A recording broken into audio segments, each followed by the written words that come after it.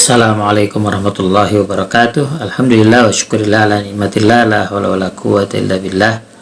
Allahumma shalli wa sallim ala sayyidina Muhammad wa ala alihi wa sahbihi ajma'in, amma ba'du. Berjumpa lagi dengan saya di kanal Ahmad Mutakilah. Para pemirsa sekalian, sekarang kita akan membahas tentang aksara Arab Melayu, lanjutan dari sejarah bahasa Indonesia. Salah satu peninggalan yang sangat berharga di peradaban Islam di Indonesia masa lampau adalah aksara Arab Jawi. Dalam istilah lain juga dikenal sebagai abjad Arab Melayu. Aksara tersebut adalah bentuk modifikasi dari abjad Arab yang disesuaikan dengan bahasa orang-orang Melayu di seluruh wilayah Nusantara. Aksara Arab mulai masuk ke Indonesia diperkirakan seiring masuknya Islam pada abad ke-7 dan puncak perkembangan aksara itu sekitar abad ke-13 sampai dengan 18. Ketika hubungan dagang antara Arab dan Nusantara mulai berkembang pesat. Penemuan pertama batu nisan yang tertulis dalam bahasa Arab di Sumatera bertarikh 55 Hijriah atau setara dengan 674 Masehi. Selain itu juga ditemukan di Kedah bertarikh 290 Hijriah. Kedua hal ini jelas telah menunjukkan bahwa tulisan Jawi berasal dari orang-orang Arab, yang kemudian telah disesuaikan dengan menambahkan beberapa huruf tambahan pada huruf Arab untuk menyesuaikannya dengan gaya bahasa orang Melayu. Penambahan ini lebih kepada melengkapi ejaan yang tidak ada dalam bahasa Arab tetapi ditemui dalam bahasa Melayu. Di Jawa, aksara Arab ditemukan di batu nisan Fatimah binti Maimun di Leran, daerah Gresik, Jawa Timur yang berangka tahun 475 Hijriah atau 1082 Masehi. Pada masa lalu, Arab Melayu atau Jawi ini digunakan sebagai bahasa resmi dan bahasa pendidikan. Beberapa karya sastra seperti Hikayat Hang Tuah, setting abad ke-14, dan Hikayat Raja-Raja Pasai ditulis dengan aksara Arab Melayu atau Jawi. Demikian juga dengan karya-karya keagamaan seperti karya Syekh Muhammad Arsyad Al-Banjari tahun 1122 sampai 1227 Hijrah atau 1710 sampai dengan 1812 Masehi di Banjarmasin, atau karya-karya Kiai Haji Saleh Darat tahun 1820 sampai 1903 Masehi di Semarang, Jawa Tengah. Surat-surat Raja Nusantara, stempel kerajaan, dan mata uang pun ditulis dalam aksara Arab Melayu atau Jawi ini. Sejak tahun 1920-an, pemerintah kolonial secara pelan mulai menggantikan penggunaan aksara Arab Melayu atau pegon ini dan menggantikannya dengan aksara Latin. Dalam beberapa dekade, aksara Arab Melayu perlahan menghilang dari komunikasi tertulis secara resmi, baik di pemerintahan, pendidikan, maupun media. Kini Arab Pegon hanya dipakai di kalangan terbatas pesantren, baik di Jawa maupun di belahan Nusantara lainnya. Beberapa sastrawan menulis dengan aksara Arab Melayu, yaitu pertama, Tun Sri Lanang, lahir di Johor, Malaysia tahun 1565 Masehi, wafat tahun 1659 Masehi di Aceh. Dikenal di Malaysia, Singapura, dan Indonesia, menghabiskan masa akhir hidupnya di Aceh dan dimakamkan di sebuah desa kecil Lancok, Kecamatan Samalanga, Biren, Aceh. Karyanya yang monumental adalah Kitab Sulatus Salatin atau Silsilah Raja-Raja. Kitab ini ditulis antara Februari tahun 1614 dan Januari 1615 dengan aksara Arab Melayu atau pegon.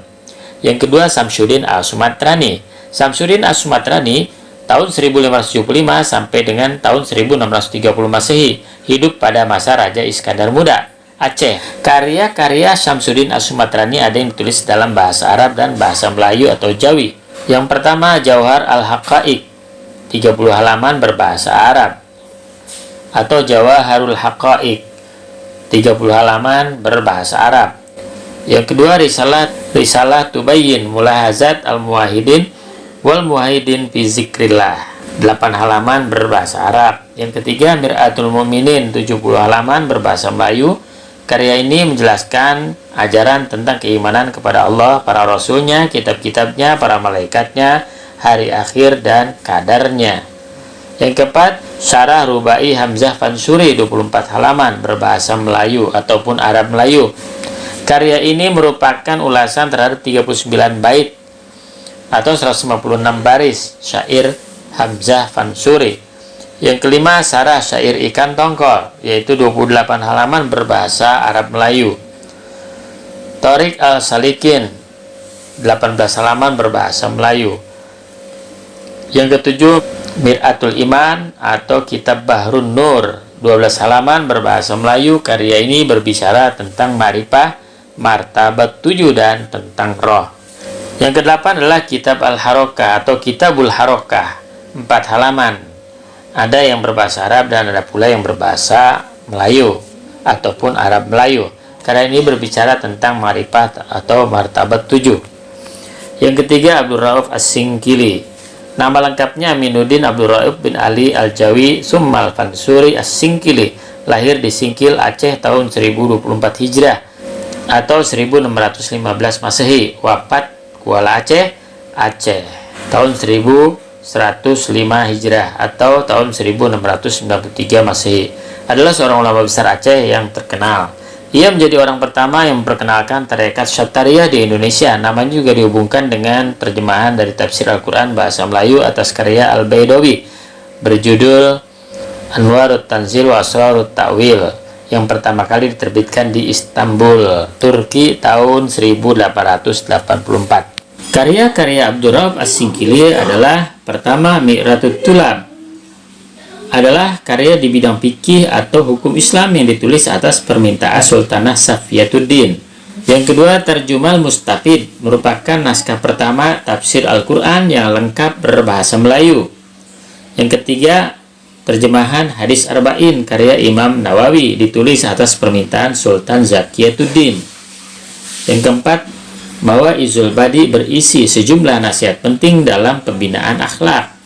Yang kelima, Tanbihul Masyi, merupakan naskah tasawuf yang memuat pengajaran tentang martabat 7.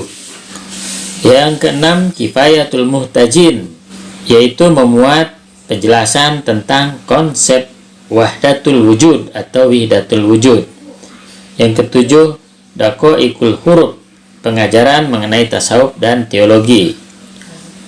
Kemudian yang keempat adalah Nuruddin Ar-Raniri, tahun 1637 sampai 1658. Syekh Nuruddin Muhammad Ibnu Ali Ibnu Hasanji Ibnu Muhammad Hamid Ar-Raniri Al-Quraisy atau populer dengan nama Syekh Nuruddin Ar-Raniri adalah ulama penasehat Kesultanan Aceh pada masa kepemimpinan Sultan Iskandar Sani atau Sultan Iskandar II.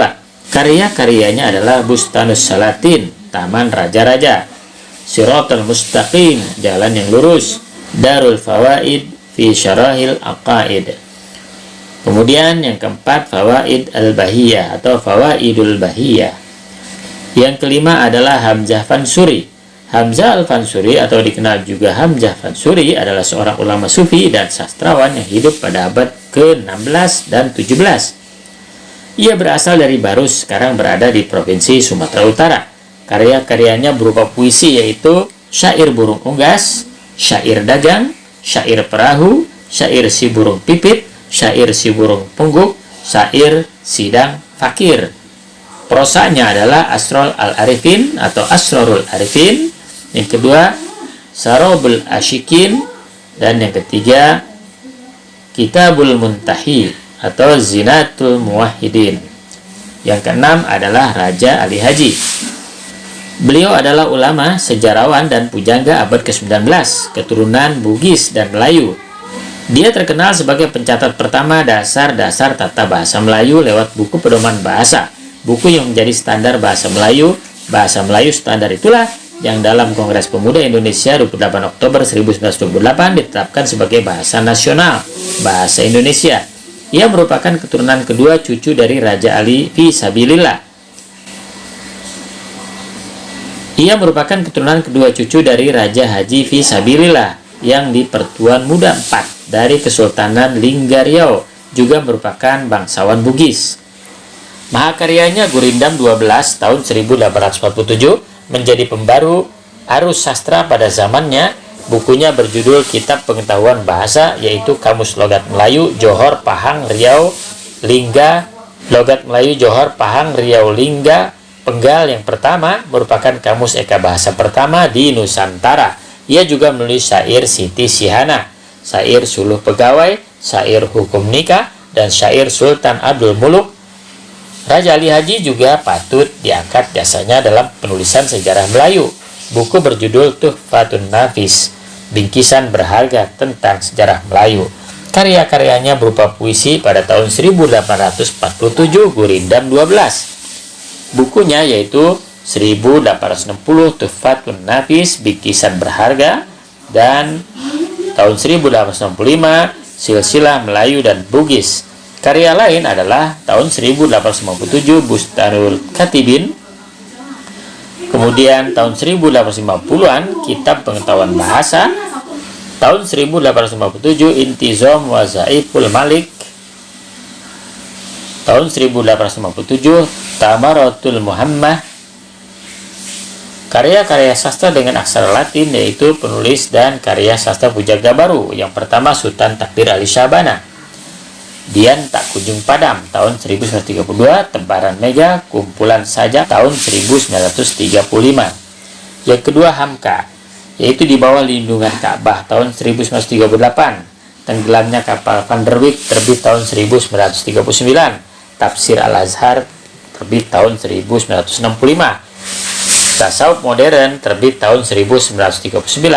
Falsafah Hidup tahun 1941. Merantau ke Delhi tahun 1941, Sejarah Umat Islam terbit tahun 1997. Beliau sudah wafat. Lembaga Hidup tahun 1955, Ahlakul Karimah terbit tahun 1992. Beliau juga sudah wafat karena wafat beliau tahun 1981. Kemudian Ayahku terbit tahun 1941, tahun 1941. Lembaga Budi 1950, Tuan Direktur 1939, Si Sabariyah 1928, Pandangan Hidup Muslim 1961, Terusir terbitnya tahun 2016, Gira Cahaya Baru, Di Dalam Lembah Kehidupan, Di Tepi Sungai Dajjah, Doa-doa Rasulullah, Islam Revolusi dan Ideologi, dan sebagainya.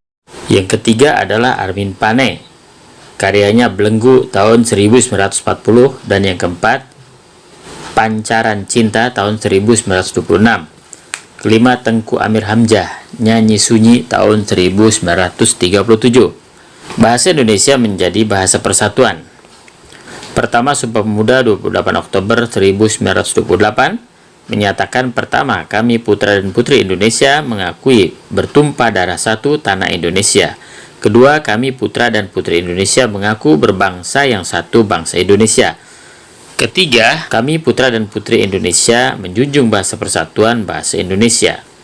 Yang kedua adalah tercantum dalam Undang-Undang Dasar 1945 Bab 15 Pasal 36 mengenai kedudukan bahasa Indonesia yang menyatakan bahwa bahasa negara adalah bahasa Indonesia. Fungsi bahasa Indonesia sebagai bahasa nasional bangsa Indonesia.